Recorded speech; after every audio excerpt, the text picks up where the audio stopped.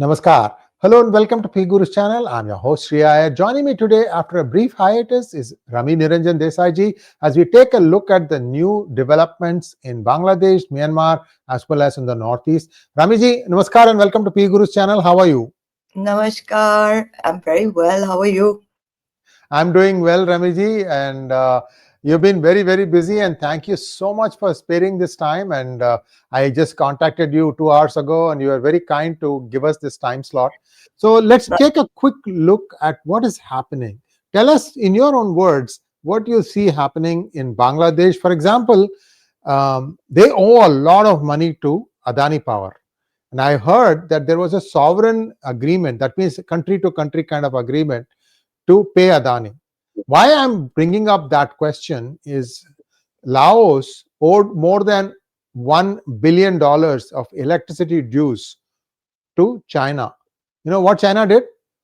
China took over the entire electricity company of Laos. And now they are the ones giving electricity to all the people in Laos.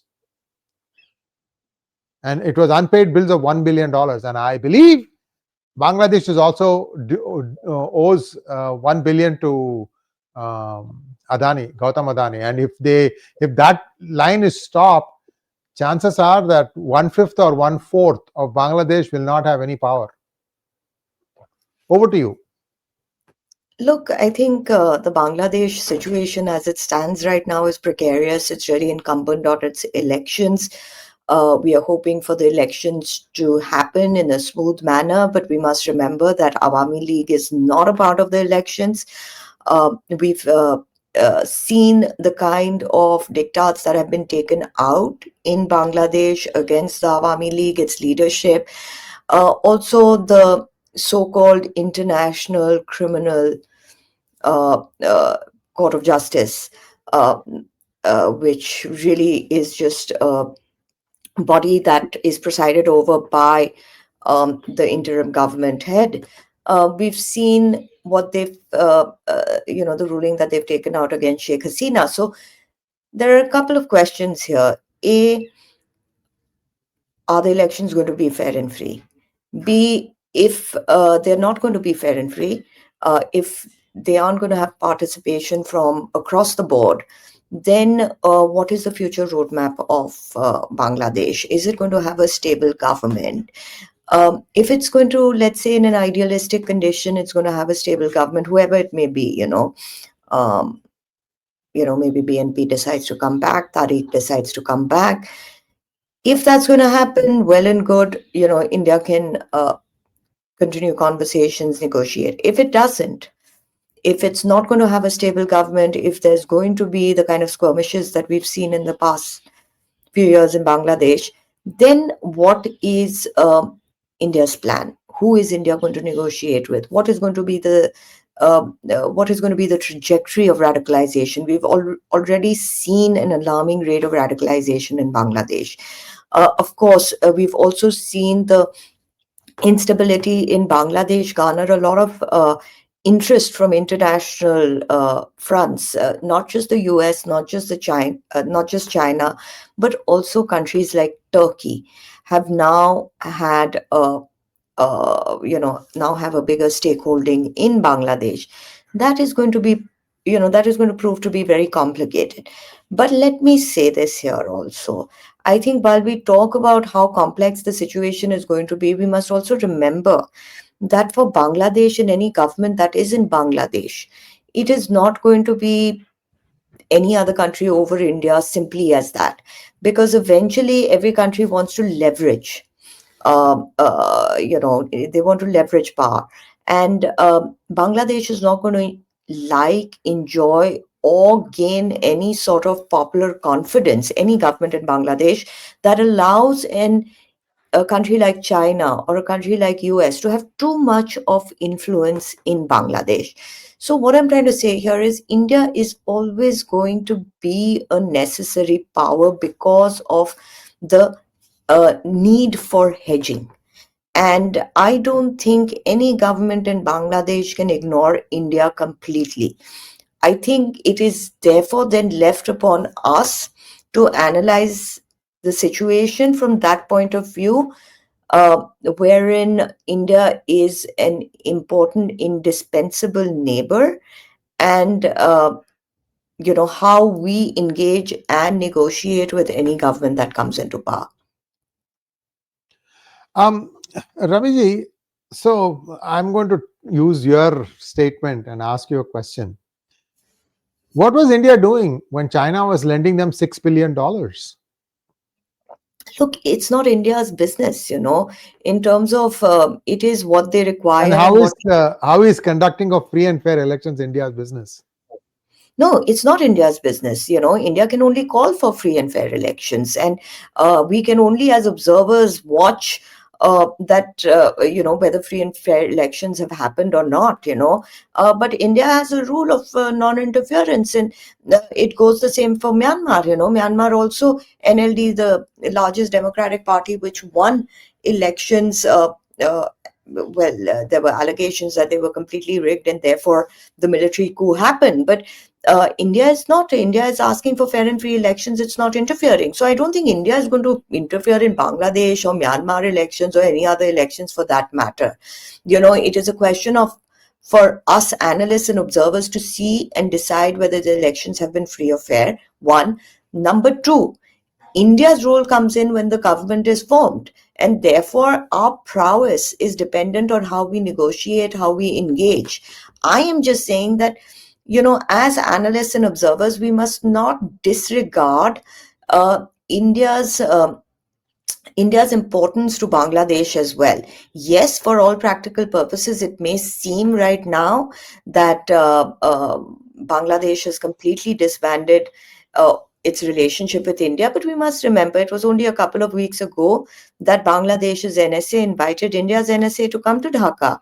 We must also remember that military to military engagements have happened where the military has thought that it is important for Indian delegations to be in Bangladesh to show them the kind of work that is happening, maybe on the borders, maybe in Lalmonirhat, or give clarifications or have discussions or to continue engagements. That is indication enough that India is not indispensable.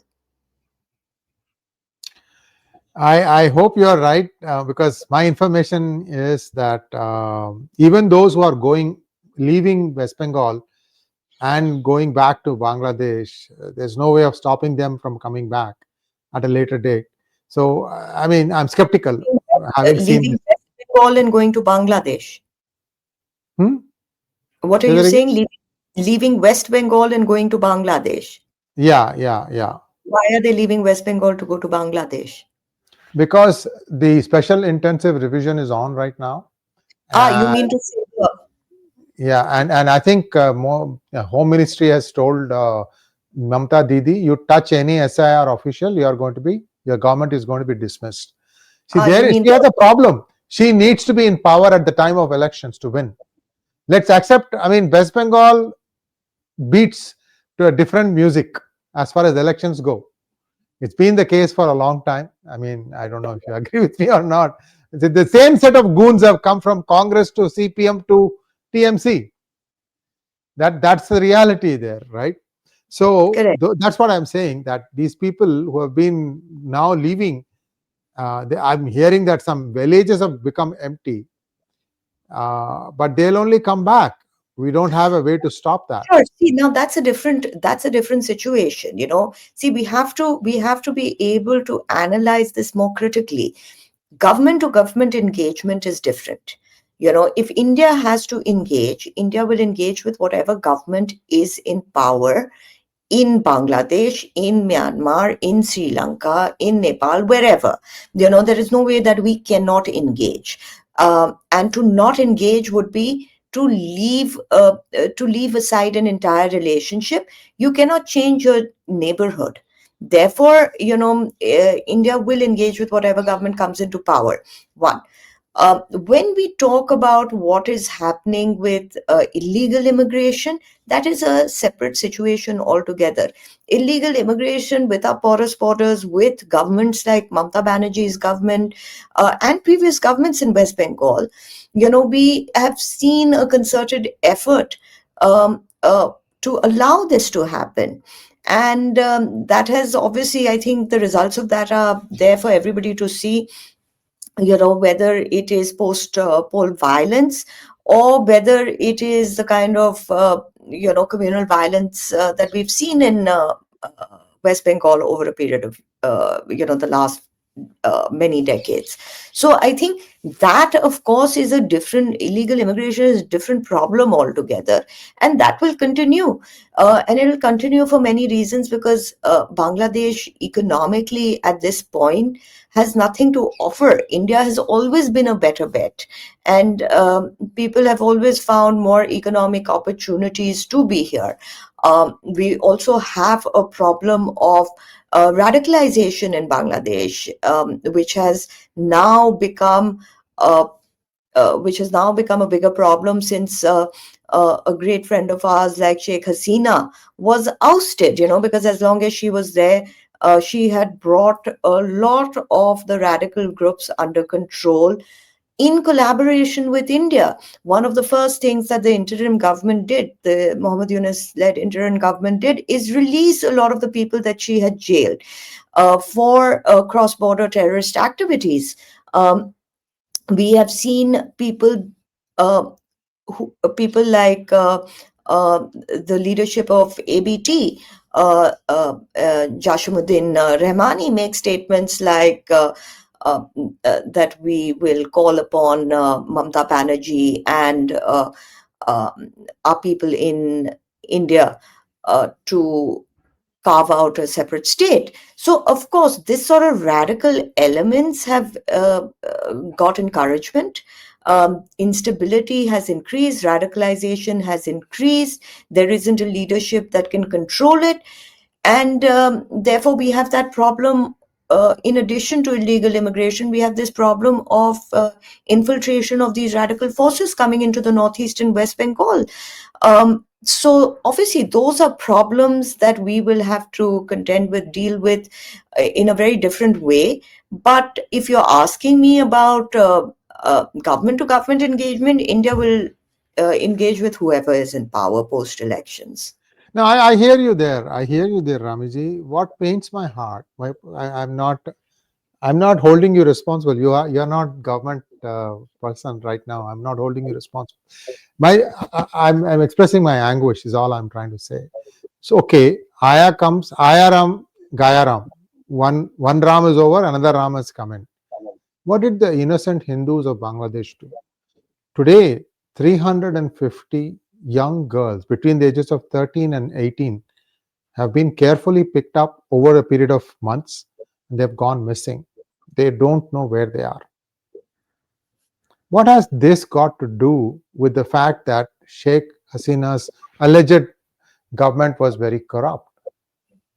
So this is what my anguish is. Anyway, I know you can't say one way or the other. I assume that is everybody's anguish, that, it pains us to see minorities, and it's not just Hindus, but, it's Buddhists and it's other minorities also that are being attacked and targeted. This is going to be the outcome. We have to look at this, in a very clear way, that this is going to be an outcome of a government that doesn't have control over its country. We saw that when Sheikh Hasina was there was some semblance of normalcy. One can only hope for that to come back. But again, all of that is incumbent on what sort of a government comes in. Is Mohammed Yunus going to is he going to continue in some position of power in the government that will come in? Is he going to leave the country? Is Jamaat, which I believe is not just here for political gains, but is here in Bangladesh in this atmosphere for a long-term gain? And that long-term gain is changing institutional figures to people who favor them.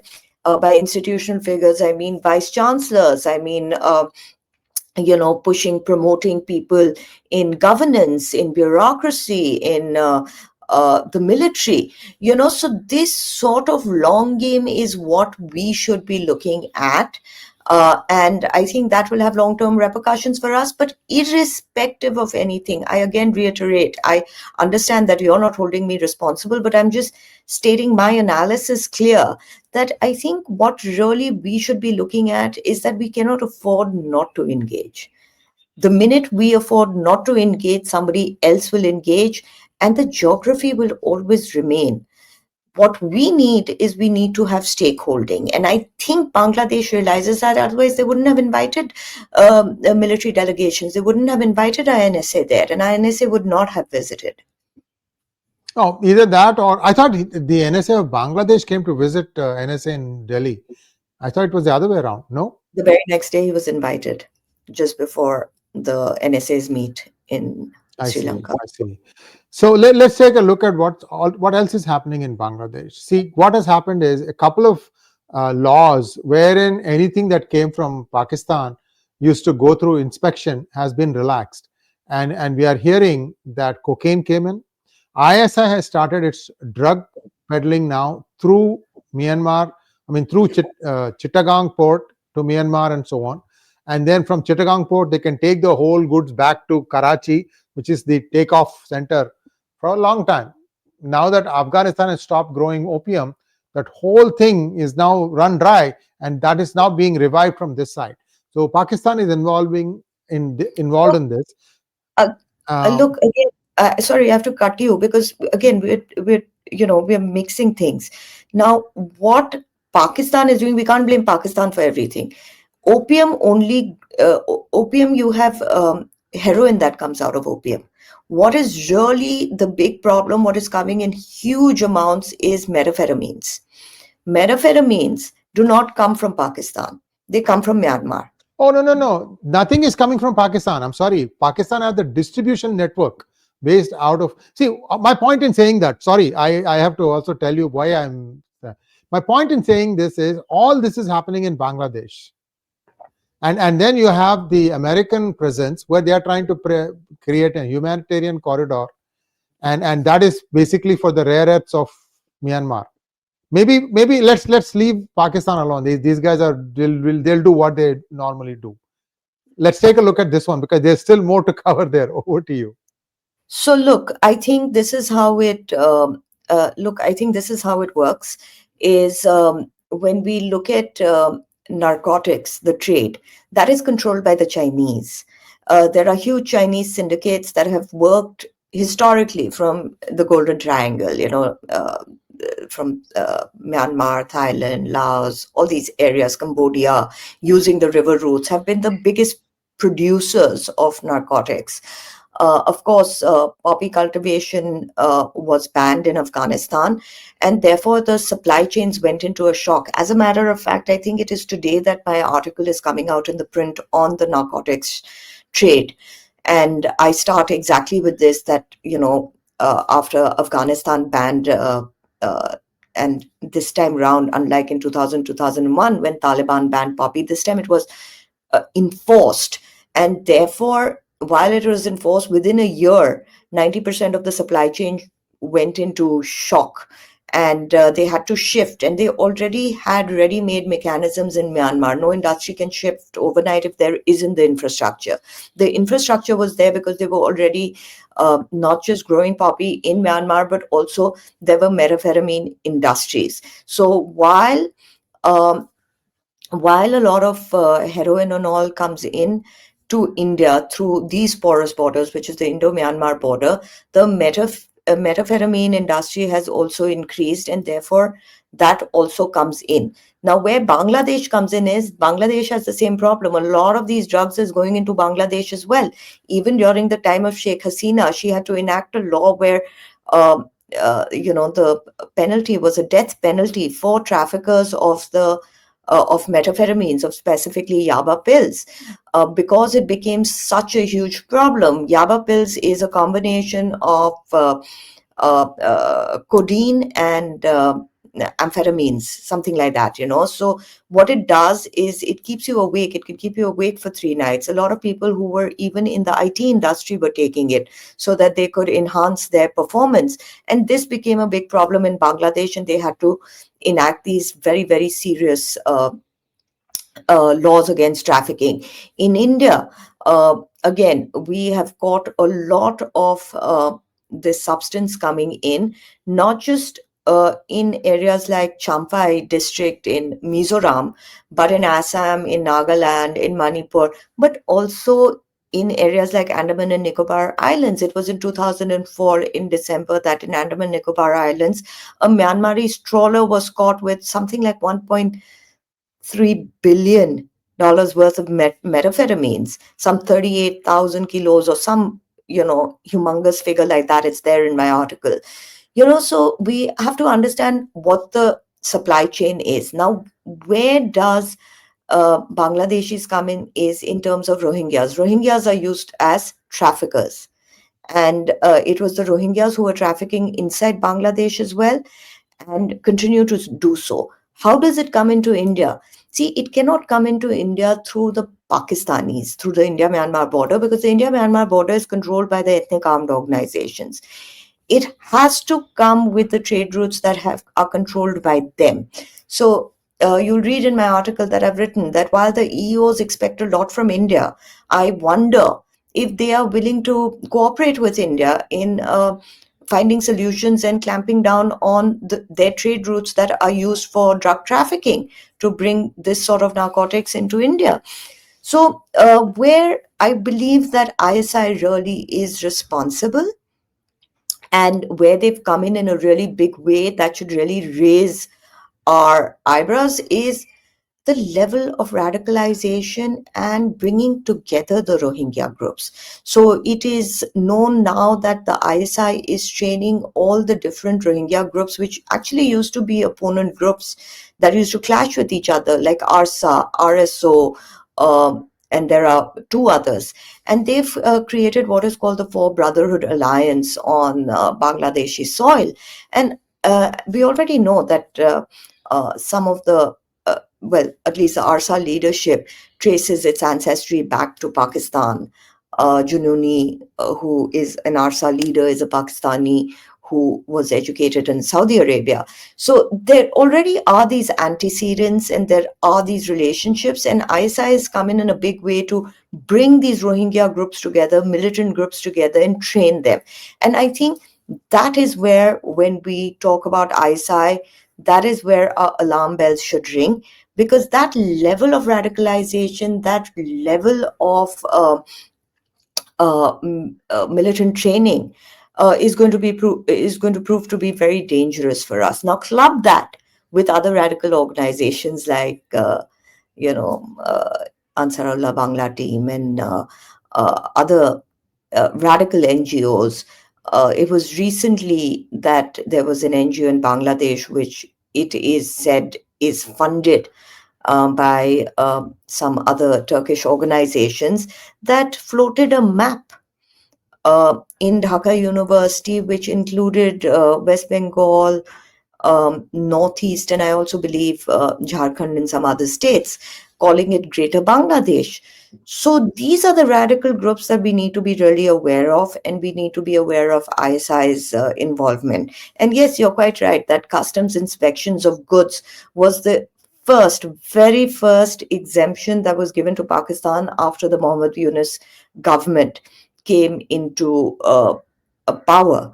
And one must question, why would Pakistan need exemption of all its goods coming into Bangladesh? Why would the Mohammed Yunus government want to give that sort of exemption? And one must think deeper and ask ourselves what must be coming in this cargo. Let's take a look at the humanitarian corridor that's being attempted by US. How far has they progressed? Because that also presents a clear and present danger. There's one more thing where we are going to talk about this recent meeting where several leaders have come together and said, let's club the Seven Sisters and become one northeastern state or something like that. We'll come to that in a little bit. First, let's touch upon the humanitarian corridor, which is essentially trying to get access to the rare earth minerals. How is the situation in Myanmar, Ramiji? Look, you have to understand again a couple of things. The humanitarian corridor has now been put in the back burner. We've not heard anything of it after the initial suggestion that it should come up. Even the Bangladeshi military put its foot down, and an interim government cannot take decisions like this. Khalilur Rahman, who is Bangladesh's NSA, is an interim government appointed NSA, and his background was that he was head of Department of Rohingya Affairs and something else, So obviously it's all motivated. And what we realized is that there was a huge backlash because, again, like I'm saying, that while we must be wary about international interference in our backyard, we must also realize that people in these countries, just as people in India would be very wary and unwelcoming of international interference in their countries, in their internal affairs, so would be the case in other countries as well. What the government suggests or an interim government suggests is a different thing. The common man would raise eyebrows if government was allowing this sort of interference, and therefore the government would be wary of public opinion. And that is what happened in the case of the humanitarian corridor as well. There was an uproar, there was a lot of international media attention, the military objected to it, there was public opinion that was against it, and therefore they had to scale back. Now, that was one reason for them to scale back. The second reason was that for a humanitarian corridor to come in, they would have to convince the Arakan army. At this point, the Arakan army is a very, very well organized, one of the most formidable ethnic armed organizations in Myanmar. It has a young leadership that understands international negotiations, understands geopolitics, understands how the world works, really. And therefore, they would also be really wary about any international body, organization, country, wanting to create any sort of corridor under any guise into their controlled territory. Of course, if I was to take a wild guess and say, if the Americans wanted to push this, would this be possible or not? If the Americans wanted to push it, if they really had the ability to understand the situation on ground, which I don't think that they do in its entirety. These are very complex areas for even us to understand, who are geographically close or culturally, civilizationally, historically closer to these areas. It's very difficult for the Americans to understand how ethnic groups work. So even, let's say, in an ideal situation, would they be able to do it? Sure, they'd be able to do it. Is it going to be easy for them to do it? No, it's not going to be easy for them to do it. Are they going to get access? No, they aren't. Number two, while their interest does lie, no doubt, in critical earth minerals or rare earth elements in Myanmar, but it also lies in many other places, including Pakistan, where an American company has already sort of signed an MOU for some amount of exploration in Pakistan. And we saw Asim Munir go with a wooden box and present it to President Trump of different critical earth minerals. There are also rumors that the first sample shipment has already reached, but there's no way of verifying it. If that is the case, they have easier areas to access in terms of logistics. Logistics for critical earth minerals in Myanmar will be a tough game for the Americans to pull off, because how do they get these minerals out? They will have to negotiate with a lot of ethnic armed organizations. India will obviously not give them any any sort of point of movement from the northeastern borders. So how would they do it? Again, ideally, is it possible? Sure, anything is possible. Have there been murmurs about this sort of talks happening between the Myanmarese leadership and the Americans? Sure, they have. There's actually an article that I've written about it, talking about the critical rare earth minerals being the underlining foundation for the recalibration of its relationship with China, America's relationship with China.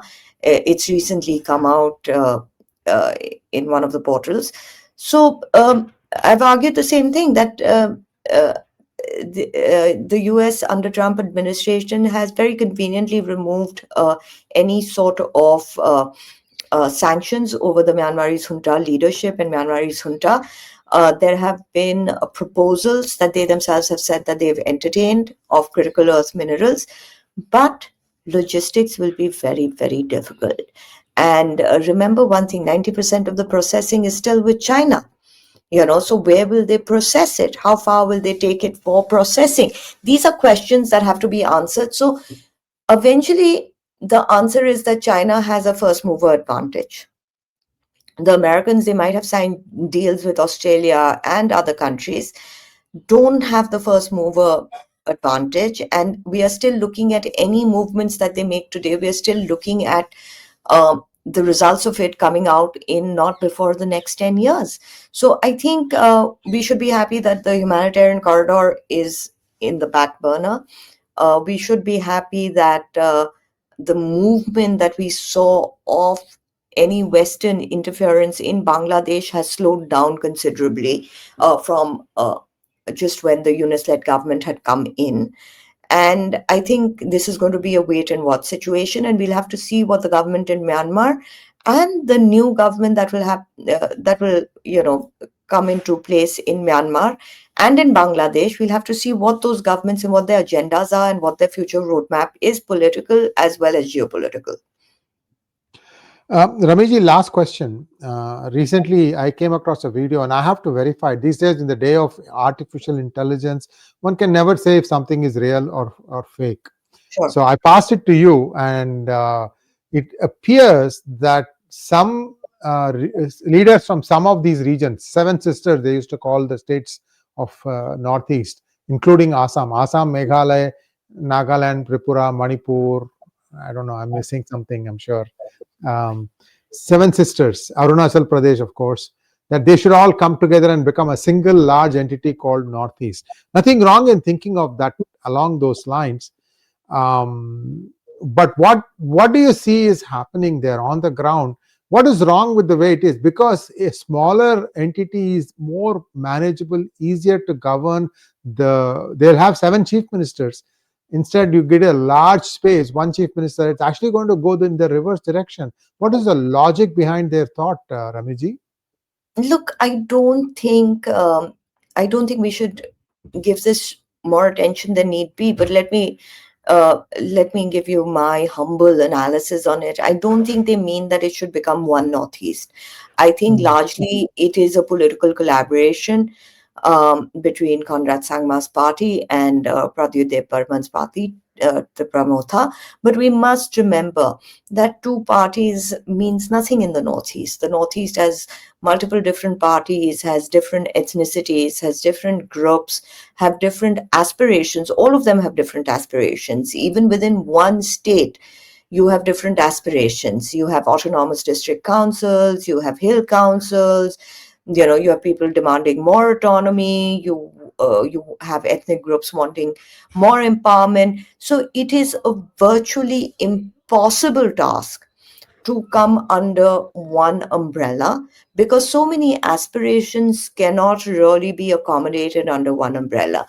And therefore, India's constitution, being such an evolved constitution, has managed to do so well in the kind of um, provisions that we have provided for the different aspirations, not just in the Northeast, but across the country. We have a constitution that has managed to unify our diversity by giving it the kind of the kind of freedom that aspirations require. And therefore it's called asymmetric federalism. It's not one glove fits all. And that's why India has worked as a country. So I think our success of our constitution is itself example of what actually works for India and what works for Indians. So anybody suggesting anything otherwise is, and I give them due credit, these are bright gentlemen. They also understand that it's not going to happen in the way that it's I suppose, being translated into. They themselves, Tripura Motha has come up on the basis of, you know, tribal empowerment in the state of Tripura. And that itself is a special aspiration, you know. So I think one must read of it as just a show of strength of two young leaders, as a, way of bringing some amount of political show in the forefront, testing ground to see, uh, you know, what is their outreach. But beyond that, it is virtually impossible and probably also foolhardy to want to bring all these aspirations under one umbrella. It'll be a virtually it'll be a non-starter. So I think it's good to see young leadership come up, but the ask has always been to respect identities, like I said, not just in the Northeast, but the rest of the country. And that's what our constitution has done. And that's why, you know, we have the kind of unity that we see right till the last mile. Ramiji, I'm afraid we have some differences of opinion. That's why probably this was a little bit more testy exchange rather than our normal cordial stuff. My only fear is, my concern, I should say, not fear, it's still at a concern level, is one thing that has happened is that all these tribes, at least on paper, they profess a new religion. And that new religion could be weaponized to do something beyond. Anyway, dot. Let's leave it at that point. This has happened in the past. You look at East Timor, and we just want to flag that. Let's hope that people understand that. Remember one thing. Again, let's not look at it on a level, you know, superficial level. Ethnicity always trumps religion. If you go to the Northeast, you will realize that different ethnicities, and the ethnicities change. Every 100 kilometers, you'll see a new, you know, you'll see another tribe, you'll see another, you'll see different cultures, traditions, languages, dialects. You'll see that no matter what they adopt, they don't give up on their ethnic way of life. And I think that's very, very important to note, with all due respect. Like, I understand your fears, and it's something that I have flagged in a very different context, but not easy. You know, within states, there are autonomous district councils. Within states, there are hill councils. That means within one state, uh, there are different aspirations and the need to govern themselves. So my point of view is from there. Yeah, I agree. I mean, you are the one feet on the ground, not me. I'm just at 20,000 foot level, and I listen to usually people who have been, harmed by the system, and there are many also that has also happened. Métis one is one example, and they go and create a council of all these religious groups in United States, NAMTA, if I remember correctly, North American Manipuri Tribal Association, and they leave out the Métis. See, these are all mischief making. Mizoram Chief Minister comes and makes a statement here in the United States.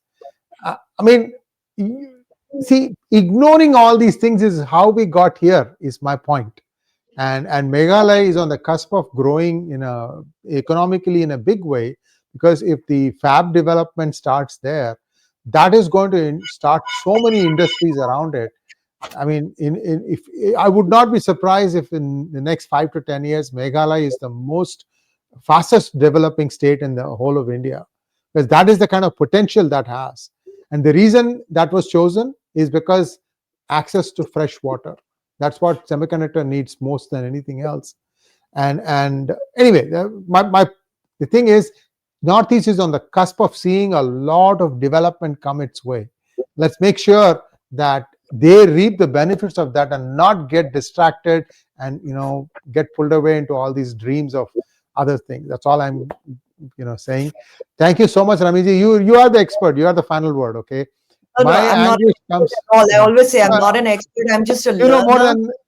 You know more about it than I do. Let's put it that way. No, you know as much as anybody else does. I think we are all just learners, especially in areas like this. I don't think, at least I can't call myself an expert. So for me, it's a learning experience, and it's always a good experience to be on your show. And oh, by Thank the way, I wouldn't call this testy at all. I think this is what makes for good dialogue. People can, sort of have this sort of robust discussion. That's what churns new ideas, and we've stopped doing that. And I think it's very important to Yes, do yes. that. Thank you, thank you, thank you for being so generous and gracious about it. Because sometimes you don't know. I mean, this is flow goes this way, that way. That's how I see it, and I felt that I should bring up these points Of because, course. sincerely, honestly, my heart bleeds for those 350 young Hindu girls. As it should. They have I been, think it's yeah, absolutely, it's a travesty of justice. I think the international community should be ashamed of themselves for keeping quiet, not just about that, even the even after Sheikh Hasina was ousted, the way the minorities were treated, I did not hear the international community talk about them just the way they've been harping about the Rohingyas incessantly without taking any responsibility. I think all of them should be packed off to the Western world that holds such sympathy for them. So I think this hypocrisy has to be called out, and there is no two ways about it. thank you so much. And again, we thought 20-30 minutes has taken 40 minutes, but it was a wonderful, As lively usual. conversation. As it should, yes. And we'll revisit this topic in short time. Ramiji, as always, please let me know if a thought strikes you that this needs to be shared with a wider audience. Our platform is ready always. And thank you once again. Namaskar. Thank you so much for having me.